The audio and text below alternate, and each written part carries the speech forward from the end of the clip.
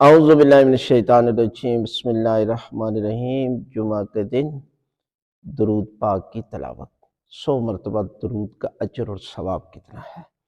جو بندہ جمعہ کے دن نماز فجر اور نماز عصر کے بعد ایک تسبیح درود پاک کی تلاوت کرتا ہے تو خداوند عالم اسے 60 حاجتیں قبول کرتا ہے، 30 دنیا کی اور 30 آخرت کی۔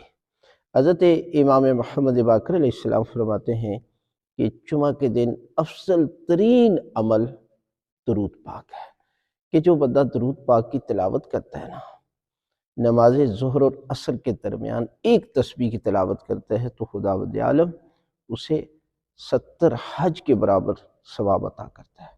اور یہ بھی فرمایا کہ جو بندہ جمعہ کے دن درود پاک کی ایک تسبیح، سورہ توحید کی ایک تسبیح اور استغفار کی ایک تسبیح پڑھتا ہے تو خداوند عالم اس کے گناہ معاف کر دیتا ہے۔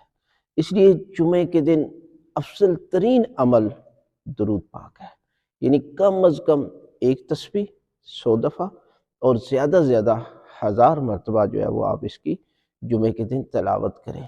اور اس لیے جمعہ وہ دن ہے کہ جس دن فرشتہ ندا دیتا ہے کوئی ہے بندہ کہ جو بیمار ہے، اپنی بیماری کے لیے دعا کرے، خداوند عالم اس کی بیماری کو دور کر دے۔ کوئی ہے کہ جو تنگ دست ہو اور اپنی تنگ دستی کو دور کرنے کے لیے دعا کرے، خداوند عالم اس کے رزق کو وسیع کر دے۔